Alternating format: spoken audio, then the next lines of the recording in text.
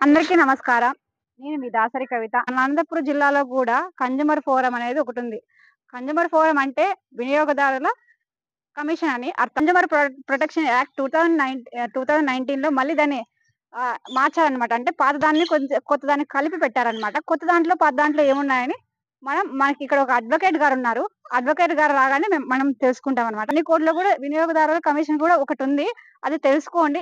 ఈ ఈ కోర్ట్‌లో మనం ఏం చేసాం, ఏం కేసులేసాం అనేది ఇప్పుడు మన లాయర్ గారు మీకు క్లుప్తంగా తెలియజేస్తారు. ఇప్పుడు మన లాయర్ గారు నమస్తే సార్. మేడం నమస్తే మేడం.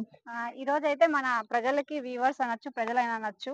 మొన్న మనం డీజే కోర్ట్ దగ్గర వీడియో తీసినప్పుడు వాళ్ళు ఒక్కొక్కటి ఒక్కొక్క కోర్ట్ గురించి అడిగారు. దాంట్లో స్పెషల్‌గా కన్జ్యూమర్ కోర్ట్ గురించి మేడం అడుగుతున్నారనమాట. కన్జ్యూమర్ కోర్ట్ అనేది 3 tyre system madam. Yes sir. జిల్లా స్టార్ట్ అవుతుంది. జిల్లా నుండి స్టేట్, స్టేట్ నుండి నేషనల్ లెవెల్. హ్మ్. అప్ టు 1 క్రోర్ వరకు మీరు కాంపెన్సేషన్ గాని, డెఫిషియన్సీ ఆఫ్ సర్వీస్ గాని మీరు పొందొచ్చు. హ్మ్. ఎవరైనా చేయొచ్చు. తెల్ల పేపర్ మీద రాసుకొనొచ్చి మాకు ఈ డెఫిషియన్సీ అయింది. ఒక వస్తువు కొనింటే మాకు స్పందించడం లేదు అంటే ఒక రూ. 1,00,00,000 వరకు ఏ వస్తువు కొన్నా కూడా పర్సనల్ యూజ్ అయి ఉండాల.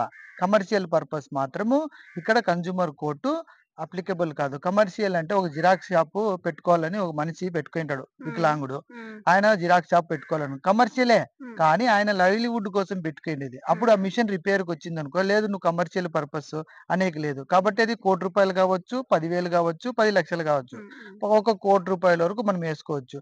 సెక్షన్ 35 యాక్ట్ ఏదైతే ఉందో 2019 యాక్ట్ కన్జ్యూమర్ ఫోరంకి సంబంధించి సెక్షన్ 35 హ్మ్. దాని కింద డెఫిషియన్సీ ఆఫ్ సర్వీస్ అంటే ఫస్ట్ వాళ్ళకి నోటీస్ ఇయ్యాల. హ్మ్. వాళ్ళు రిప్లై ఏం చెప్తారు? వాళ్ళొచ్చి రిపేర్ చేస్తారా? రీప్లేస్ చేస్తారా?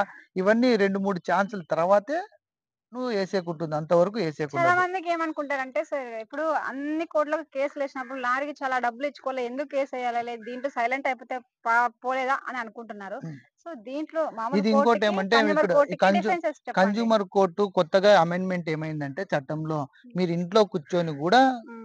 కేసేసుకోవచ్చు. ఆన్‌లైన్, అంటే ఆఫ్‌లైన్. ఆన్‌లైన్‌లో, ఆఫ్‌లైన్‌లో. హ్మ్. ఇప్పుడు సౌకర్యం అది కల్పించినారు. హ్మ్. ఇండియాలో మీరు ఎక్కడన్నా ఉండండి. మీరు ఆ ఏరియాలో మీ జిల్లా ఏదైతే నియరెస్ట్ జిల్లా ఉంటుంది గదా! ఆ హ్మ్. జిల్లాకు సంబంధించిన కన్జ్యూమర్ ఫోరం అనేది ఒకటుంటుంది. జిల్లా లెవెల్‌లో మాత్రమే ఉంటుంది. మన 2 జిల్లాలకి సత్యసాయి, మన అనంతపురం జిల్లాకి. ఈ 2 దాన్లకి కలిపి ఒకటే. ఇట్లా జిల్లాకి కలిపి ఒకటుంటుంది. వినియోగదారుడికి కూడా ఒక డౌట్ ఉంటుంది సార్. ఆ! అంటే లారీ ఫీజ్ పే చేయాలా? అవసరం లేదు. హ్మ్. కామన్ మ్యాను ఒక తెల్ల పేపర్ మీద రాసుకొనొచ్చి ఎయచ్చు. ఆన్‌లైన్‌లో గూడా ఎయచ్చు. ఇంట్లో కూర్చొనే వాయిదాలు గూడా ఇంట్లో కూర్చొని అన్నీ జేయొచ్చు. మన వినియోగదారుడికి ఏమేమి హక్కులున్నాయో ఒకసారి వివరించండి అంటే సార్. కొనే ముందు కంపల్సరీగా ఎవరు అమ్ముతున్నారు? ఎవరు కొంటున్నారు? హ్మ్. ఎవరి దగ్గర నుండి మనకొచ్చింది product? Origin of the product అంటే ఇండియాలో మ్యానుఫ్యాక్చర్ అయిందా? వేరే కంట్రీలో హ్మ్. మ్యానుఫ్యాక్చరింగ్ అయిందా? అనేది ఇంపార్టెంట్. హ్మ్. హ్మ్. దాన్ని బేస్ చేసుకొని అన్నీ ఏమంటారు జీఎస్టీలు అవన్నీ పే చేసినారా లేదా? కానీ ఏ విధంగా ఉందనేది మీరు చూసుకొని కొనాల. బయర్ మస్ట్ అవేర్ అంటారు కదా! కేవేట్ ఎంప్టార్ హ్మ్. అంటారు. బయర్ మస్ట్ కంపల్సరీగా product expiry date, product manufacturing date, batch నంబర్‌లు అవన్నీ ఉన్నాయా లేదా అని చూసుకొని ఇంకొకటి కొనాల. ఏమిటంటే కన్జ్యూమర్ అంటే చాలా మందికి అర్థం కాకపోవచ్చు సార్ కన్జ్యూమర్ వినియోగదారుకి. అంటే వినియోగదారుడు ఆ! అంటే ఇప్పుడు ఎగ్జాంపుల్ మీకు హ్మ్. పెళ్లయిందనుకోండి. హ్మ్. మీ నాన్నగారు ఒక టీవీ కొనిచ్చింటారు. హ్మ్. అది రిపేర్‌కొచ్చింది. మీ హ్మ్. నాన్న కొనిచ్చినారు కాబట్టి మీ నాన్న అమెరికాలో ఉంటాడు. హ్మ్. ఇప్పుడు మీరే ఉన్నారు. దాన్ని యూజ్ చేస్తున్నారు. ఎవరైతే యూజ్ చేస్తున్నారో వాళ్ళే కన్జ్యూమర్. హ్మ్. మీ హ్మ్. నాన్న గాదు. ఇప్పుడు మీరు యూజ్ చేసినారు. మీకు డెఫిషియన్సీ వచ్చింది. మీరు కంప్లెయింట్ పెట్టినారు రాలేదు.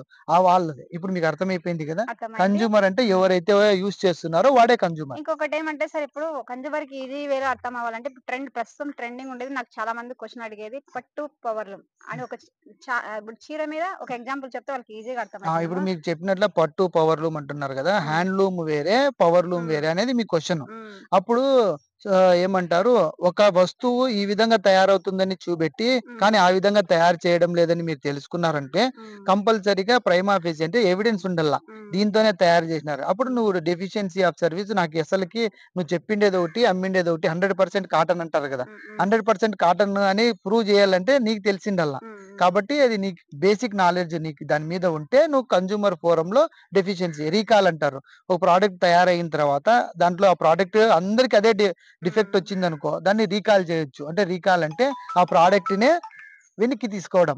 అంటే మార్కెట్‌లో ఎక్కడా గూడా అమ్ముకోకుండా చేయడం. ఇప్పుడు మీరేదైతే అంటున్నారో ఆ విధంగా ఉంటుంది. ఇంకొకటేంటంటే ఇప్పుడు కన్జ్యూమర్ కోర్ట్‌లో ఫస్ట్ కేసేయాలంటే వాళ్ళకి మినిమమ్ ఖచ్చితంగా బిల్ అయితే కంపల్సరీ ఉండాలి కదా సార్? మేడం బిల్ ఉండాలా, దాంతో పాటు ఇన్వాయిస్ అనేది ఒకటుంటుంది గదా! హ్మ్. అది కొంతమంది కొనింటారు అమ్ముకోవడానికి హ్మ్. మళ్ళీ. హ్మ్. రీసేల్ జేయడానికైతే కన్జ్యూమర్ కోర్ట్‌లో అప్లికేబుల్ కాదు. మీ హ్మ్. పర్సనల్ యూజ్‌కి మాత్రమే కన్జ్యూమర్ కోర్ట్‌లో యేసుకోవచ్చు. కొంతమంది బిల్ ఇచ్చిన్నారు. వాళ్ళ పరిస్థితి ఏంటి? బిల్ కంపల్సరీ మీరు ప్రూవ్ చేయాలి గదా!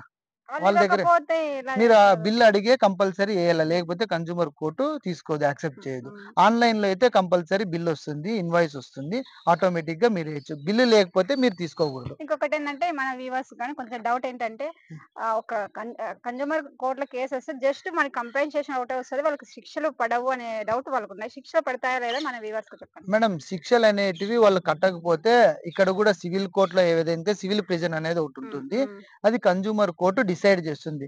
కాంపెన్సేషన్ ఇచ్చేసి ఏదో లాస్ట్‌కి ఎవరు గూడా జైలుకి వెళ్ళాలనుకోరు గదా! హ్మ్. హ్మ్. ఎంతో కొంత ఇచ్చేసి సెటిల్ జేసుకుంటారు. మాక్సిమం అదే ఉంటుంది. లేదు మీరు సాటిస్ఫై కాలేదనుకో స్టేట్ కమిషన్. హ్మ్. ఆడ గూడా సాటిస్ఫై కాలేదంటే నేషనల్ కమిషన్. హ్మ్. నేషనల్ కమిషన్ తర్వాత సుప్రీం కోర్ట్. హ్మ్. ఈ 3 టైర్ సిస్టమ్స్ అంటే ఈ త్రినేత్రాలు ఉన్నాయి గదా! శివునికి హ్మ్. 3 కన్నుల్లో అది 3 అంటారు గదా! హ్మ్. హ్మ్. అట్లనే ఈ 3 సిస్టమ్స్‌ని దాటి కరెక్ట్‌గా అడిగిపోతే సుప్రీం కోర్టే ఇంకా. అంటే మీరు సాటిస్ఫై కాకపోతే హ్మ్. అంతే. హ్మ్. Thank you sir. మేడం ఖచ్చితంగా మా థాంక్ యూ మేడం. వ్యూవర్స్‌కి మంచి విలువైన సమాచారాన్ని ఇచ్చారు. So, thank you viewers. మీకేమైనా డౌట్స్ ఉంటే కింద కామెంట్ చేయండి. నెక్స్ట్ ఏ కోర్ట్ గురించి చెప్పాలో కూడా కింద మెన్షన్ చేస్తే మీ కోరిక మేరకు నేను ట్రై చేస్తా. Thank you so much. Thank you ధన్యవాదములు. మేడం. Thank you sir. ఆ! మేడం.